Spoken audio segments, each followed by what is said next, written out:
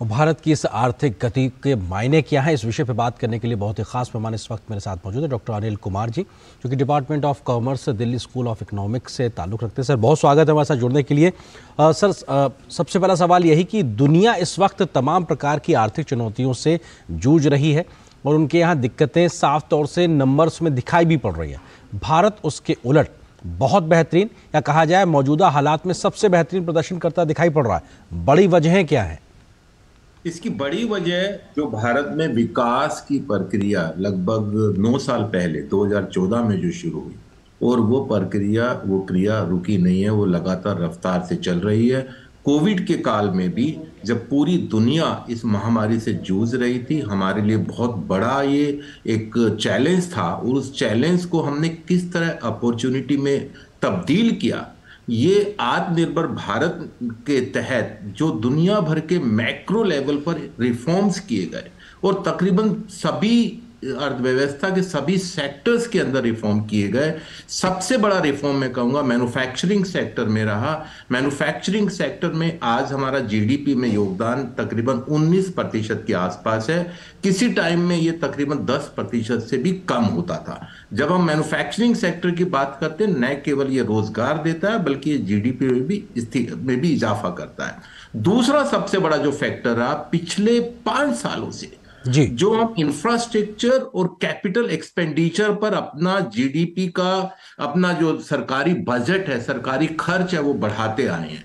5 साल पहले ये तकरीबन जीडीपी का जो कैपिटल एक्सपेंडिचर है 1.6 होता था, जो आज बढ़कर डबल से भी ज्यादा, जो कि 3.6 के आसपास पहुंच गया है। और जब हम कैपिटल एक्सपेंडिचर करते हैं, जब हम इंफ्रास्ट्रक्चर सेक्टर में एक्सपेंडिचर करते हैं, उसका सीधा सीधा मल्टीप्लायर इफेक्ट होता है। मल्टीप्लायर इफेक्ट के साथ साथ इसके साथ साथ प्राइवेट इन्वेस्टमेंट में भी तेजी आई है। कुल मिलाकर जो हमने मैक्रो इकोनॉमिक रिफॉर्म्स किए और खाली केवल और केवल विकास अपनी अर्थव्यवस्था का उद्देश्य बनाया है, उसका नतीजा यह है कि आज हमारी अर्थव्यवस्था एक ब्राइट स्पॉट के रूप में पूरी दुनिया के बीच में सामने आई है। जी सर, महत्वपूर्ण चीज़ ये भी है कि हम कोर सेक्टर्स में नंबर्स की बात करें, पीएमआई की बात करें या तमाम प्रकार के आर्थिक आंकड़ों की बात करें, ये बड़ा जटिल होते हैं। आम आदमी के नज़रिए से भारत की बेहतर होती अर्थव्यवस्था के मायने क्या है, उनके हिस्से क्या है और उनके हिस्से क्या आने वाला है?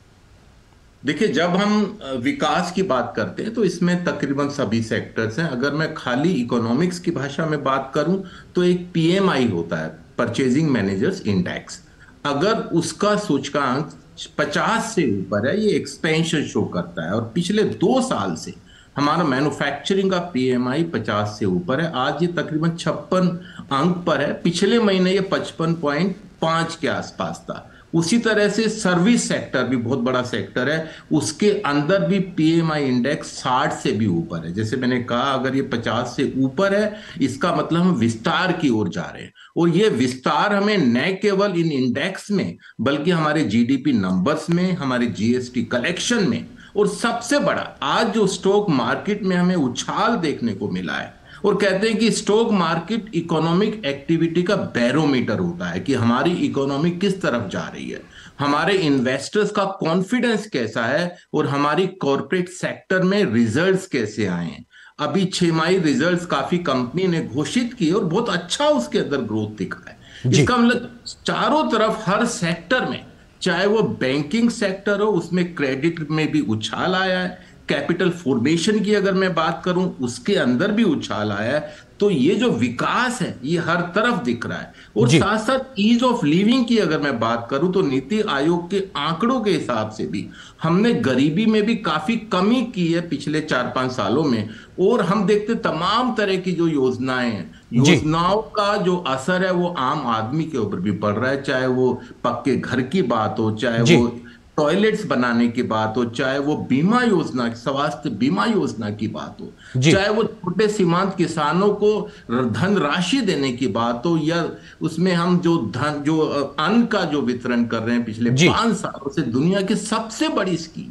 मतलब ये आश्चर्य होता है कि कम कैसे हम इसको सस्टेन कर पा रहे हैं। न केवल हम इसको सस्टेन कर पा रहे हैं बल्कि हमारी अर्थव्यवस्था विकास की ओर तेजी से बढ़ रही है। अगर आप पूरे विश्व में देखें आज हम सबसे बड़ी अर्थव्यवस्थाओं में तेजी से विकसित करने वाले देश के रूप में सामने आए, ये कोई कम बात नहीं। बिल्कुल, और शायद इसीलिए दुनिया भर की जो तमाम बड़ी बड़ी संस्थाएं, एजेंसियां हैं, आज भारत में भरोसा व्यक्त करती हैं और शायद उस विश्वास की वजह से भारत और तेज गति से आगे बढ़ता नजर आ रहा है। फिलहाल वक्त इतनी ही अनुमति दे रहा है। अनिल कुमार जी, बहुत बहुत शुक्रिया हमारे साथ जुड़ने के लिए, इस विषय पर विस्तार से बात करने के लिए बहुत शुक्रिया आपका। और यहाँ पर एक छोटे से ब्रेक के लिए रुकते हैं, बहुत जल्द हाजिर होते हैं।